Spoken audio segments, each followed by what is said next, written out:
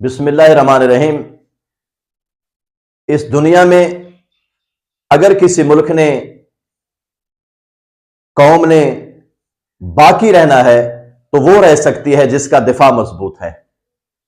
आज आप फलस्तीन की हालत देख लें, इससे पहले इराक की हालत देख लें, अफगानिस्तान की हालत देख लें। जी, जितने मुल्क हैं इनकी क्या वजह थी? पीछे रह जाने की वजह, दुश्मन का बार बार इनके ऊपर हमला करने की वजह, अंदरूनी और बैरूनी साजिशों की वजह सिर्फ क्या थी कि इनके पास एक दिफाई जो निजाम था वो मजबूत नहीं था। आर्मी थी तो एयरफोर्स नहीं थी। अगर एयरफोर्स थी, जहां कोई समंदरी एरिया था तो वहां पे क्या था, इनके पास कोई नेवी मजबूत नहीं थी। और पाकिस्तान एक वहद मुल्क है जिनकी 3 मुसल्लह अफवाज जो हैं वो एक दूसरे से ज्यादा मजबूत हैं। चाहे घर की जंग हो, मोहल्ले की हो, शहर की और या मुल्क की हो, इंसान उस वक्त हारता है, कौमें उस वक्त हारती हैं, घर वाले उस वक्त हारते हैं जब अंदर से साजिश ना हो। अगर मेरी बात मेरे घर से निकलेगी तो मैं कमजोर हो जाऊंगा, मेरे शहर से निकलेगी तो मैं कमजोर हो जाऊंगा। और सेम इसी तरह ये जो मेरा मुल्क है, ये जो निजाम एक चल रहा है, काफी अरसे से एक साजिश का सिलसिला चल रहा था। और बहस क्या होती थी? कुछ लोग बैठते थे तो कहते थे ये इतना बड़ा जो बजट है ये फोर्सेस के ऊपर खर्च हो रहा है। तो मैं उन नादान दोस्तों से दरखास्त करना चाहता हूं कि बजट होते ही दिफा का है, असला खरीदना है, मिसाइल खरीदने हैं, जहाज खरीदने हैं। ये क्या कोई खुर्दोनोश की चीजें हैं कि आपको हर दुकान से मिल जाएंगी? इसके लिए एक मुआहदे होते हैं, कुछ खुफिया मुआहदे करने पड़ते हैं, और एक मुसलसल तगदो के बाद कहीं जाके एक हुकूमत जो है वो मुआहदे करती है, 5-10 साल बाद आपको वही चीजें मिलती हैं। ये हसास किस्म की चीजें हैं, इनके ऊपर मैं बहस नहीं करना चाहता। ये टॉप सीक्रेट गुफ्तगू में आ जाती हैं और दिफाई जो तजिया निगार है या वो लोग जो हैं वो भी इस हद तक नहीं जाते। अब परेशानी का आलम क्या हुआ कि 9 मई के बाद कोई अचानक 9 मई का वाकया नहीं हुआ और ये सारी चीजें हो गई कि एक जहाज को आग लगा दी गई, बेस की दीवार को गिरा दिया गया, GHQ के ऊपर हमला हुआ, रेडियो स्टेशन को तबाह कर दिया गया। इसके पीछे एक मुनज़्ज़म किस्म की तहरीक चल रही थी। अब तहरीक के ऊपर भी बहस नहीं करना चाहता। उसकी वजह क्या है कि जो तहकीक करने वाले आज लोग बैठे हैं, जिनके पास सबूत हैं, असल बात करनी भी उन्हीं को चाहिए। मेरे जहन में एक चीज आती थी, और अगर मेरे किसी दोस्त ने इससे पहले मेरे YouTube चैनल पे मेरी कुछ वीडियोस देखी हूं तो मैंने एक बात क्लियर बताई थी, और अपनी तरफ से नहीं थी। मौला इमाम हुसैन बादशाह का एक फरमान बताया था कि आप जितने भी बुराई के जो अगेंस्ट है देर से उठेंगे, आपको उतनी कुर्बानी ज्यादा देनी पड़ेगी।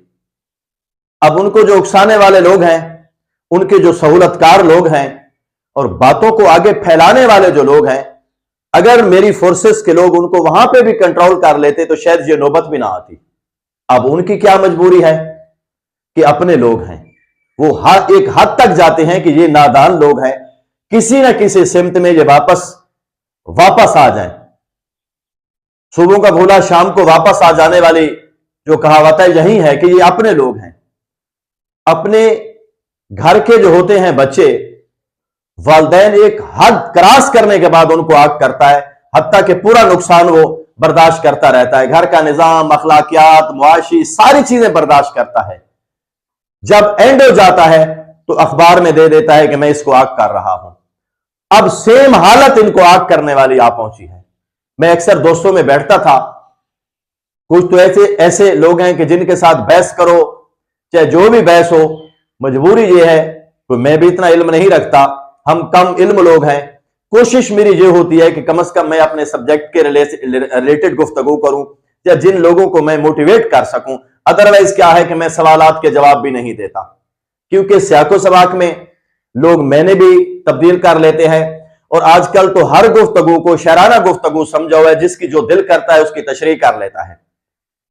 अब ये वाकया हुआ, हक ये बनता था कि जितने बड़े लोग हैं तहरीक इंसाफ के वो सामने आ जाते और सबसे पहले अपने हाथ खड़े करते और कहते हैं कि जो जो लोग मुलविस हैं, अगर आप नहीं जानते तो हम इनको जानते हैं, हम आपके सामने पेश करने को तैयार हैं।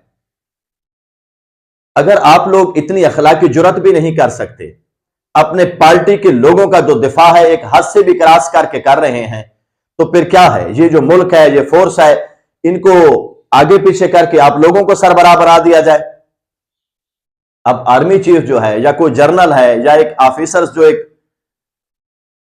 रैंकिंग के हवाले से बड़ा है, वो एक दिन में उसको बैज नहीं लग गया कि उसको जर्नल के बैज लग गए हैं, या चीफ आर्मी स्टाफ को पॉलिटिकल पार्टी का नहीं है कि किसी ने वोट दी और वो बन गया। कम से कम आप लोग उनके पीछे उनके कोर्सेस को देखें। अब बॉर्डर पे एक दिन गुजारना, मैं मानता हूं जिनके हाथ आज उंगलियां जो हैं मोबाइल के ऊपर काम करते हुए थक जाते हैं कि हम सोशल मीडिया के ऊपर, जरा उनसे पूछे कि उनको पानी कैसा मिलता है, उनको खाना कैसे मिलता है। और ये जो आपका दिफा का बजट बजट बजट एक रोना लगा हुआ है कि तालीम के ऊपर ऊपर फलां के ऊपर फलां के ऊपर, अब किताब और बंदूक का खर्च बराबर तो नहीं हो सकता। गो के इल्म की कोई कीमत भी नहीं है। जिसको इल्म है सबसे बड़ा हथियार भी वो है, मगर खुदारा ऐसे तकाबल ना करें। अगर आज इदारे मजबूत होंगे तो ये मुल्क मजबूत होगा, सुप्रीम कोर्ट मजबूत होगी। मैं सुप्रीम कोर्ट की बात नहीं कर रहा, एक जज से लेके एंड पे बैठे हुए चीफ जस्टिस तक बात कर रहा हूं। अगर कानून को वो अपने तरीके से देखें कि मेरे सामने जो आदमी खड़ा है अमीर है या गरीब है।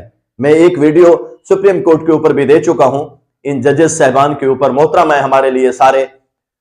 पोजीशन क्या है कि जब गरीब और अमीर के लिए कानून बराबर होगा, छोटा सा एक केस किसी गरीब का जाता है तो वहां अदलिया में इंटर, पहली बात है उसको होने नहीं देता, फिर वकील साहब सामने आ जाते हैं, फिर पेशी पे पेशी। वो बेचारा वकील को भी कुछ नहीं कह सकता कि मेरी पेशी जरा जल्दी कर दो। रात 12 बजे अदालतें जिन लोगों के लिए खुलती हैं, एक साल से, तो मुझे इस बात का नहीं है कि मैं वसूख से तो नहीं कह सकता, एक मीडिया ट्रायल के ऊपर ये बातें जो हो रही हैं कह सकता हूं कि केस सारे सुने भी इन्हीं लोगों के जा रहे हैं। क्यों? कि गरीब के पीछे कोई नहीं है। और हम भी इसी काबिल अब बने हुए हैं, पूरी कौम इन्हीं लोगों के पीछे लगे हुए हैं। मैंने एक दिन कुछ दोस्त बैठे थे, उनको कहा था, किसी एहतजाज में जा रहे थे, पॉलिटिकल था, किसी पार्टी का नाम नहीं लेता, एक एमएनए के साथ। मैंने कहा इस एमएनए के 2 बेटे हैं, क्या इस एहतजाज में वो भी शामिल हैं?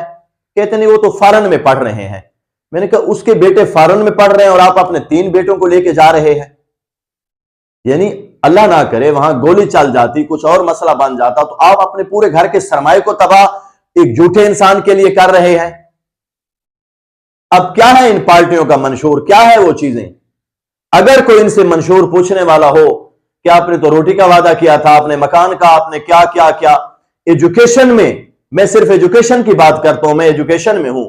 मैं पाकिस्तान तरीके इंसाफ को खुला चैलेंज से बात कर रहा हूं। 2017 से लेकर आज तक जितना तालीम का बेड़ा इसी पार्टी ने गर्क किया, किसी और ने नहीं किया। कितने लोग बेरोजगार हुए हैं तालीम में। जब तालीम भी नहीं होगी, एक स्कूल से कितने टीचर रिटायर हुए हैं इन 6 सालों में? 6-7 साल में टीचर जो रिटायर हुए हैं उनकी कौन वैकेंसीज पूरी करेगा? किसी कॉलेज में जाओ, उर्दू का आपको प्रोफेसर मिलता है तो इंग्लिश का नहीं मिलता, इंग्लिश का मिलता है तो बिल्डिंग के 4 आप कमरे कम से कम बना लेते और कम से कम उनकी जगह आप रख लेते। फिर क्या है, सीटीआई आप लेक्चरार कर लेते हैं 5-6 माह के लिए। क्या पढ़ा सकते हैं वो बेचारे? एक ऐसा निजाम, हम तो अभी तक अलिफ अनार बेकरी पे खड़े हैं, आगे निकल भी नहीं सके कि क्या पोजीशन है। खुदारा अंधी तकलीद के बिल्कुल कैल ना बने। फोर्सेस के ऊपर हमला जो करने वाले लोग हैं, अगर कोई आदमी कोई पॉलिटिकली पार्टी, चाहे उसका सरबराह है या रैंकिंग में कितना बड़ा है, ना वो फोर्सेस से बड़ा है और ना वो पाकिस्तान से बड़ा है।